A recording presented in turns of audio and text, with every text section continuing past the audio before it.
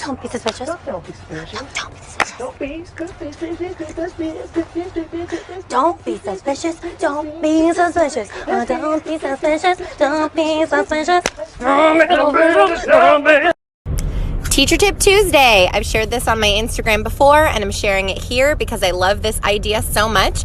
Basically, if you were having to laminate several different items, such as task cards or things like that, you know that things get moved around once they go through the machine. So if you just take some glue, I prefer the glue that goes on clear after it has dried. You can glue it right down to the laminating sheet and everything will stay in place.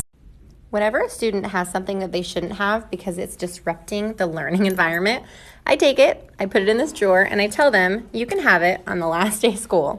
So, it's technically the last day of school. Let's look at all these items I have to give back. Duct tape, tennis ball, I think this is slime. Yeah, I have asthma, so I can't have scented things being sprayed in my classroom. This was one of my favorite confiscated items because after I took it, I would use it to scare kids in the hallway. I actually got a bunch of our 8th graders really good. Laser pointer. I don't know if I can give this back. I think these are like technically illegal in school. Let's see. Body spray. Flashlights. Oh, I got a bouncy ball. I definitely remember who this belongs to because they would ask it for me to give it back every day.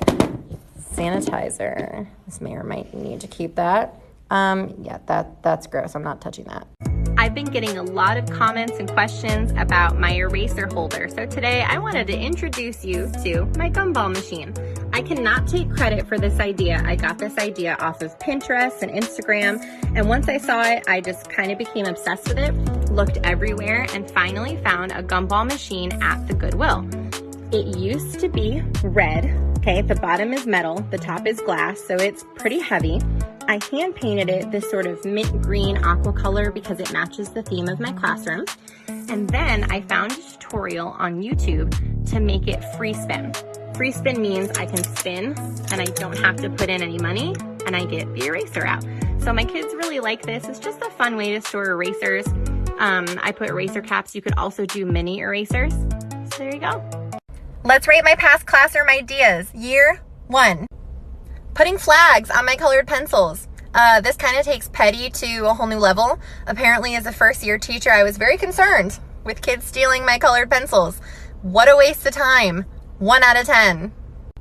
A DIY turn-in bin. This is a bunch of cereal boxes taped together with shipping tape and then covered in wrapping paper.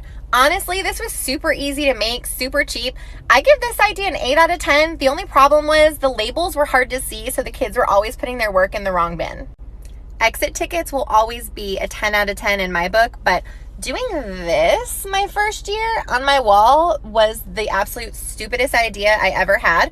Basically, my exit tickets were actually popsicle sticks with the kid's name on them, and all they would do is put it in the same bag as their friends. So the bags were ripping within like a week. It was way too much work. This idea for this gets a 0. Rating my past classroom ideas, year 1, part 2. Your girl clearly had a complex about pencils being stolen her first year of teaching, because here we have the tape on the pencil still. If I taught elementary school, having it in the middle of the table would have been great, but middle school, I see too many kids in a day to keep track of this, so this gets a 1 out of 10. Bathroom passes based on gender. I'm embarrassed to say this took me way too long to realize that it's just not appropriate for middle school and the older grades, so these get a 0 out of 10. Phone jail. I still have my phone jail. My kids think it's hilarious. This gets a 10 out of 10. Aw, cute calendar that I have to change every month and move all the tiles around. I'm pretty sure at one point this calendar was stuck on October for most of the school year. So give me a printed calendar any day of the year. I could not keep up with this. This gets a 0 out of 10 for me. You oughter be reading. I had to explain this so many times to my kids. They don't really understand puns. It kind of got embarrassing, so 0 out of 10. It's Teacher Tip Tuesday. Today, I'm going to show you how I transform several surfaces in my classroom using contact paper from the Dollar Tree. It's fairly simple to apply. The trick is to separate the contact paper from the backing bit by bit. If you just take all of the backing off and put the paper down, it's not going to be smooth. You're not going to be able to get the bubbles out. So I just do it nice and slow, pulling that backing back as I smooth out the bubbles.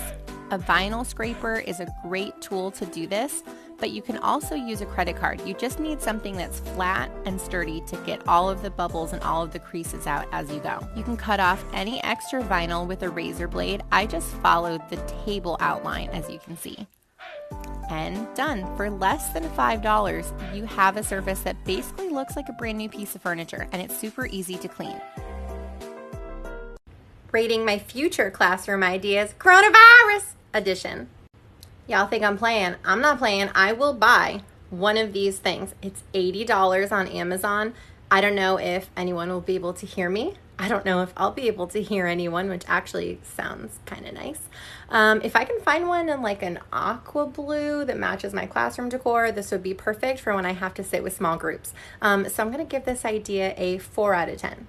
A DIY help yourself hand sanitizer station. I saw this on Instagram and on Facebook. It's built out of PVC pipe, so you just step down on that bottom piece and it squirts it out from the top. I've never built anything out of PVC pipe, but I'm about to learn. This is genius. This gets an 8 out of 10. Plastic desk shields that my district just bought for every student. 10 out of 10. Teaching during a pandemic, 0 out of 10. Would not recommend. It's Teacher Tip Tuesday. Today, I want to show you some must-have items for your teacher desk. I always have several types of feminine products because middle school, okay? It can be embarrassing for a girl to have to ask to go to the clinic to get a pad. So I always have different sizes, different items in my desk for them. Your kids can't learn from you if you have stinky breath. Trust me on that. So mouthwash is always a must. Floss sticks in case you have something stuck in your teeth. I don't do gum because the kids can't have gum, but I will do breath mints. A very light scented room spray. Middle schoolers love to fart. It just is what it is. And so sometimes you need to get your class back on track and get that smell gone. Can opener. If I don't have time to pack a lunch, I will just grab a can of soup. And so I realized that a can opener is actually really handy to have. Emergency kit items such as shout wipes and a sewing kit. You won't believe how many times kids have asked me for a safety pin. What a middle school looks like during COVID. My school recently got these large vinyl stickers placed all over the stairwells. On this stairwell, you can only go up and you must keep 6 feet apart. No more water fountains. Students have to bring their own water bottles and they have to be clear plastic.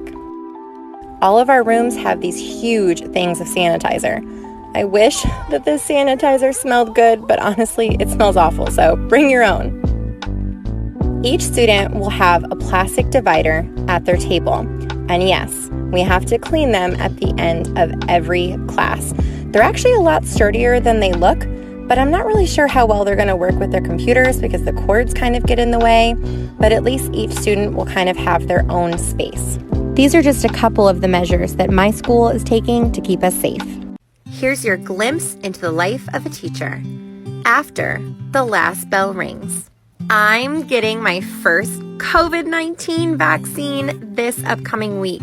No more double masks for me. I'm only going to wear one mask. And I'm really running low right now because I have not done laundry in quite a while. As you can see, I stayed pretty late tonight. I would have stayed later, but the custodian usually kicks me out. I ordered some new fidgets the other day, and they came today. So, of course, I had to make a fidget cart, and then I labeled some other things in my classroom. Before I left, I cleaned up the dishes and my little mini kitchen area. And, you know, the usual, put some things away and made sure that everything was nice and tidy for Monday. It was pretty dark when I left, and it was a little bit chilly. And then I remembered I made chili this morning in the crock pot. So I was definitely ready to go home and have dinner with my girls. See you tomorrow. Miss Mary, can we have Teacher Says Yes Day? What's Teacher Says Yes Day? It's when you say yes to everything. Sure. Yay! I won't regret this at all. Can I lay on that table and watch a basketball game? Yes? One side of the floor, sprints the other four to the opposite side. Can I have some Jolly Ranchers? Yes. Bracelet. Can I play tic-tac-toe? Can you play tic-tac-toe? Yeah. Yes. Can I have a Diet Coke? My Diet Coke? Yeah. My precious Diet Coke? Uh-huh. Yes? Last one. Uh-huh. My last Coke. What did I get myself into? Please, maybe please put up fun. Yes.